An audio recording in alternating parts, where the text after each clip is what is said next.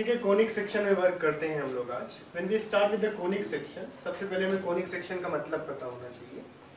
Conic is derived from the word cone. Cone को हमने cut किया तो उसको हम कोनिक सेक्शन बोलेंगे। यहाँ पे कोनिक वर्ड से कोन आता है, सेक्शन से कटिंग आता है। एक्चुअल में हम कोन का सेक्शन कट कर रहे होते हैं कोन को। अब डिफरेंट डायरेक्शन से कोन को हम कट करेंगे तो हमें डिफरेंट ज्योमेट्री मिलेंगे। पहली ज्योमेट्री बेटा हम इस तरीके से ऑब्टेन करेंगे। सबसे पहले कोन के बारे में एक बिट आइडिया ले लो। This is the cone that I have. इस कोन में कुछ पैरामीटर्स हैं जिन्हें हमें समझना चाहिए। एक तो टॉप है जिसे हम अपेक्स बोलते हैं। कोन के इस पोर्शन को जनरेटर बोला जाता है। कोन के इस नीचे वाले पोर्शन को हम बेस बोलते हैं। ठीक है, इसके अलावा कोन को इस पर्टिकुलर डिस्टेंस को यहां से अपेक्स से लेकर बेस के इस पॉइंट तक की डिस्टेंस को हम कोन की हाइट बोलते हैं। These are some parameters related to cone that you must understand, जो तुम्हें पता होना चाहिए। अब कोन को हम कैसे कैसे कट करेंगे वो देखो। सबसे पहला कटिंग हमने कोन को बेस के पैरेलल किया। अब कोन को कट करना है तो तुम्हें समझना चाहिए, एक बिट आइडिया लेना चाहिए। सपोज मैंने एक कोन कंसीडर किया, this is a cone that I have. ठीक है, अब इस कोन को हमें एक प्लेन के पैरेलल कट करना है, प्लेन की मदद से कट करना है। Now you have to use another plane to cut this cone. ठीक है, ये कोन है, इसके पास एक बेस है, ऐसा बेस होगा, सर्कुलर बेस होगा। अब इसे हम कट कर सकते हैं बेस के पैरेलल। इस तरीके से हम सेक्शन कर सकते हैं। यदि हमने ऐसा सेक्शन किया है बेस के पैरेलल तो हमें मिलेगा सर्कल। सेक्शन इस तरीके से हो सकता है कि दोनों जनरेटर से हमारा सेक्शनल प्लेन पास हो। This is the sectional plane that I have, cutting plane that I have. अब मैं ऐसे कट कर सकता हूं। कैसे कट करना है हमें? दोनों जनरेटर से पास हो।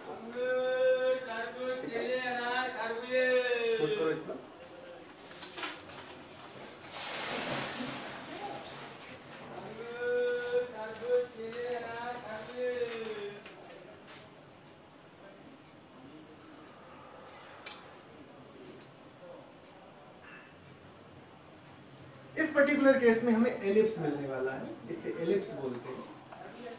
इसी तरीके से कोन को यदि ऐसे कट किया जाए कि वो एक जनरेटर के पैरेलल हो, ऑब्वियसली कुछ इंक्लिनेशन होगा एक्सिस के साथ, जिसे हम एक्सिस भी बोलते हैं। इस हाइट को जिसे हमने इंडिकेट किया, इस पूरी लाइन को हम एक्सिस भी बोलते हैं। एक्सिस के साथ यहाँ पे 90 डिग्री का इंक्लिनेशन है, एक्सिस के साथ यहाँ पे एक्यूट एंगल इंक्लिनेशन है, एक्सिस के साथ यहां भी कुछ इंक्लिनेशन है।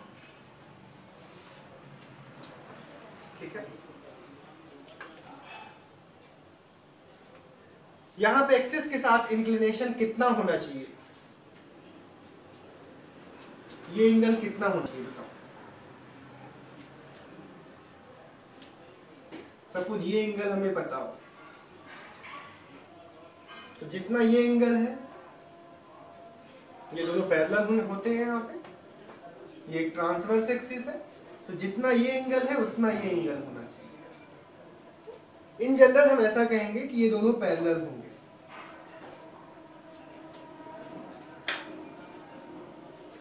Is it okay? इस पर्टिकुलर केस में हमें मिलेगा पैराबोला।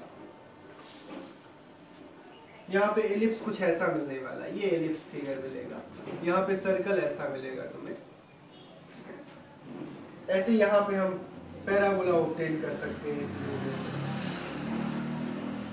हाइपरबोला के लिए हमें दो कोन की जरूरत पड़ती है। हम इस तरीके से ज्वाइंट टू कोन कंसीडर करते हैं, जहां पे हमारे पास ये एक्सिस है, यहाँ पे कटिंग एक्सिस के पैरेलल ली जाती है। इस केस में हमें हाइपरबोलिक फिगर मिल जाते हैं। इन जनरल पैराबोला की बात की जाए तो पैराबोला ऐसा दिखता है, या तो ऐसा, या तो ऐसा, या तो ऐसा, या तो ऐसा। ये डिफरेंट सेक्शन पे डिपेंड करेगा कि हमें कैसा पैराबोला मिला। हाइपरबोला में हम इस तरीके के फिगर की बात करते हैं। एलिप्स को हम इस तरीके से डील करते हैं। सर्कल तो इन जनरल फिगर है, बेसिकली हमें एलिप्स, पैराबोला और हाइपरबोला इन 3 फिगर्स की बात करनी है। एलिप्स में एक मेजर एक्सिस होती है, ये मेजर एक्सिस है, ये माइनर एक्सिस होती है। इसी तरीके से पैराबोला में हम बात करें तो इसेंट्रिसिटी की बात करेंगे हम। इसेंट्रिसिटी एक ऐसा रेशियो है जो फोकस किसी पॉइंट जो कि लाई कर रहा है पैराबोला में, उसकी डिस्टेंस हम फोकस से लेते हैं और एक फिक्स लाइन कंसीडर करते हैं, वहां से लेते हैं।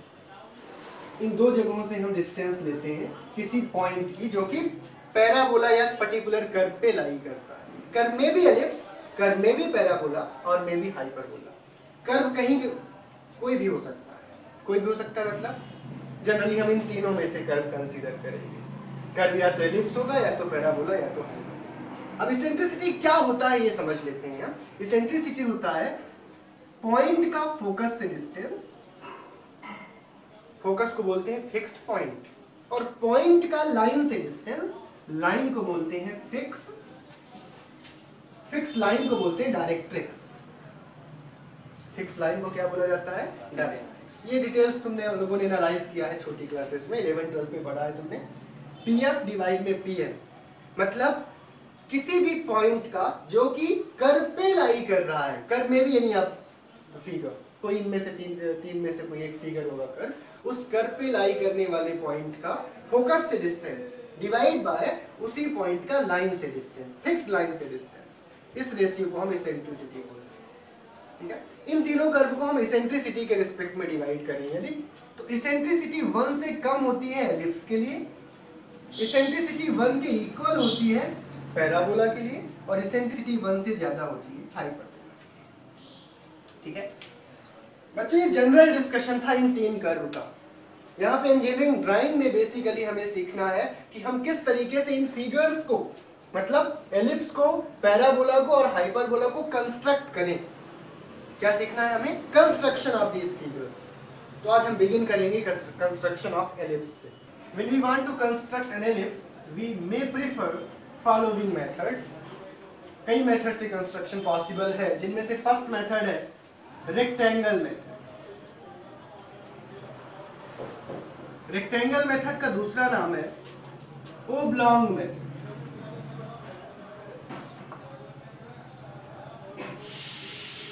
Now if we consider the second method is parallel parallelogram method. ये दोनों मेथड्स क्वाइट सिमिलर है, बस डिफरेंस एक बात का है। In first method we construct an ellipse within a rectangle. यहां पे रेक्टेंगल के अंदर एलिप्स बनाया जाता है। We construct an ellipse within a rectangle.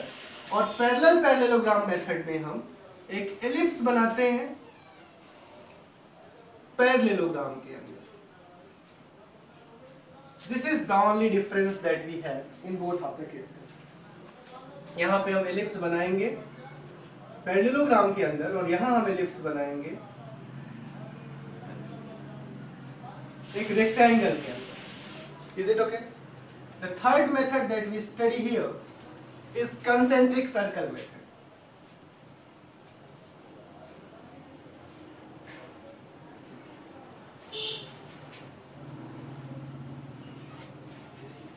The next method is arc of circle method.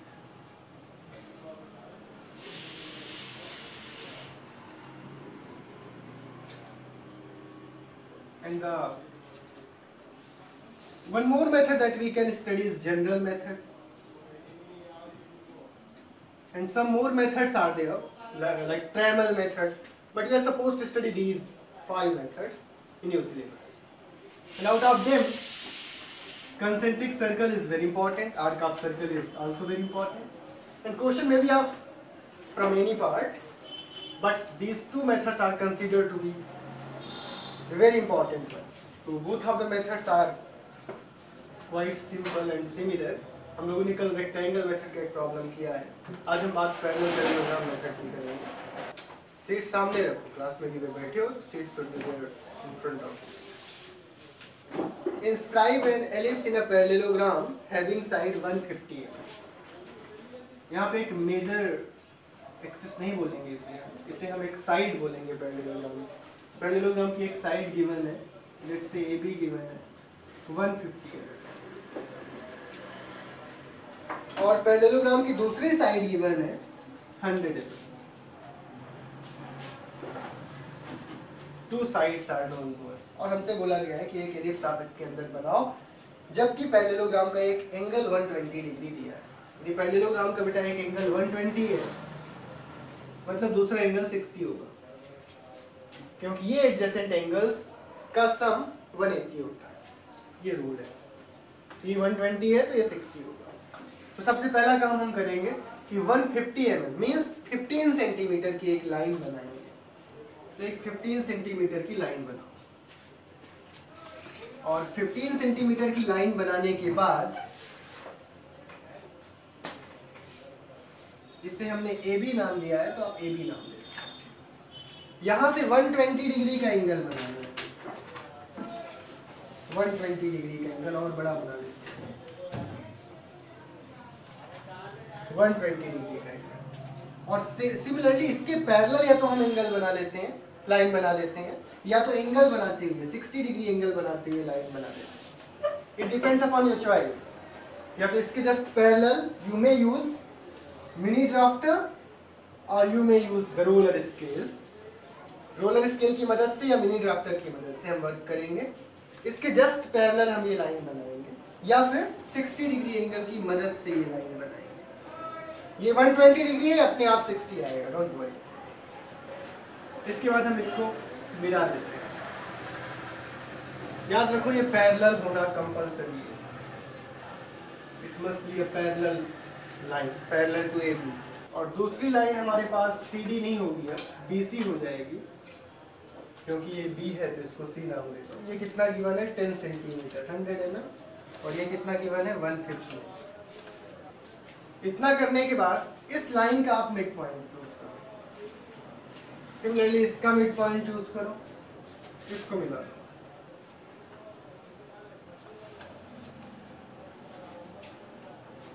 इसके बाद AB लाइन का मिड पॉइंट चूज करना है, और इसका भी मिड पॉइंट चूज करना है, इसको भी मिला दो।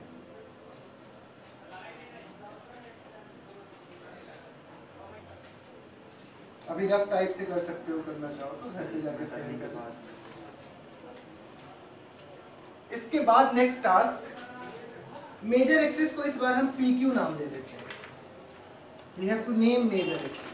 मेजर एक्सिस को हमने PQ नाम दे दिया, और माइनर एक्सिस को हमें एक नाम देना है। माइनर एक्सिस को हमने RS नाम दे दिया।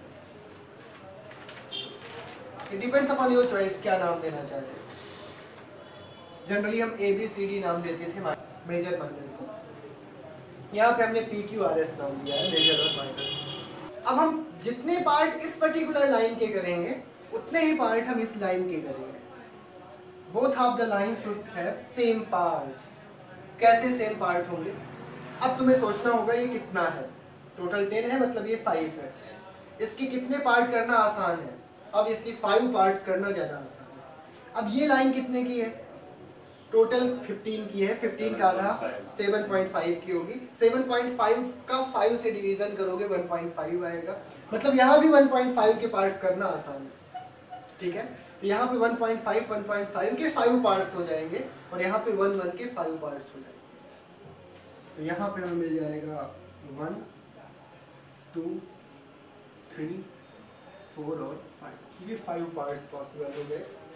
और यहाँ से हमें मिलेगा, सिमिलरली यहाँ पे हम पार्ट करेंगे 1.5 से 1 डैश 2 डैश 3 डैश 4 डैश, और पूरे पार्ट्स P से बिगिन होंगे, पूरे P से स्टार्ट होंगे। 1 2 3 4 1 डैश 2 डैश P से बिगिन, जिसके भी 5 पार्ट्स करने हैं। सिमिलरली Q से बिगिन करते हुए भी हमें सेम कॉन्सेप्ट अप्लाई करना है।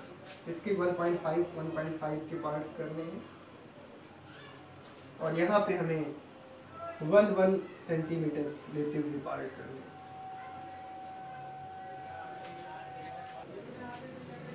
R को 4 से ज्वाइन करेंगे, आर को 3 से ज्वाइन करेंगे, आर को 2 से ज्वाइन करेंगे, आर को 1 से ज्वाइन करेंगे, 4 से ज्वाइन कर रहे हैं, आर को 3 से, 2 से, 1 से ज्वाइन कर, ऐसे ही एस को 1 से, एस को 2 से, 3 से, 4 से ज्वाइन करना, 1 से, 2 से, 3 से, 4 से ज्वाइन करना। ये वाला टास्क लाइट होना चाहिए। मेन डार्क वर्क होगा अपना कर्व एलिप्स। ऊपर वाले कर्व को बनाने के लिए पॉइंट एस की मदद लेना है हमें। एस से 1 डैश से होते हुए हमें 1 तक जाना है और इस पॉइंट का नाम देना है P1। 1 डैश से होते हुए 1 वाली लाइन तक। सिमिलरली एस से 2 डैश से होते हुए 2 वाली लाइन तक और इसका नाम देंगे हम P2। एस से 3 तक, 3 डैश से होते हुए 3 तक। सिमिलरली एस से 4 डैश से होते हुए 4 तक, इस पॉइंट को हम P5 नाम देंगे। एस से 4 डैश से होते हुए 4 तक, इसे P6 नाम देंगे। एस से 3 डैश से होते हुए 3 तक, इसे P7 नाम देंगे। एस से 2 डैश से होते हुए 2 तक, इसे हम P8 नाम देंगे। एस से 1 डैश से होते हुए 1 तक, इसे हम P9 नाम देंगे। This point is P10। इस तरीके से ऊपर का कर्व बनाया जा सकता है। सिमिलरली नीचे का कर्व कंप्लीट करना है तो आर पॉइंट की मदद लेंगे। आर से 1 डैश से होते हुए 1 तक, इसे नाम देंगे P11। आर से 2 डैश से होते हुए P2 तक जाएंगे और नाम देंगे P12। आर से 3 डैश से होते हुए 3 तक जाना है P13। आर से 4 डैश से होते हुए 4 तक जाना है P14। इस पॉइंट को P15। आर से 4 डैश से होते हुए 4 तक, इसे नाम दो P16।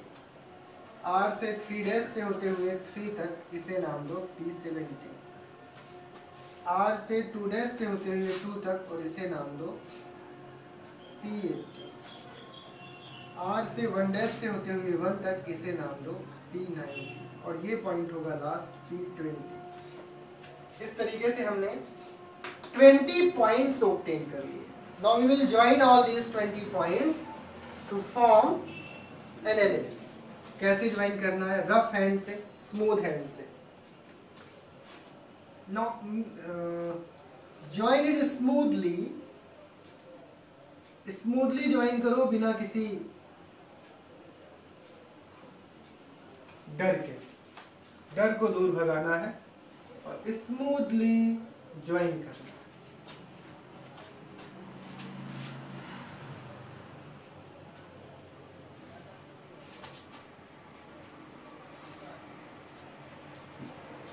ये सबसे ज्यादा डार्क होना चाहिए।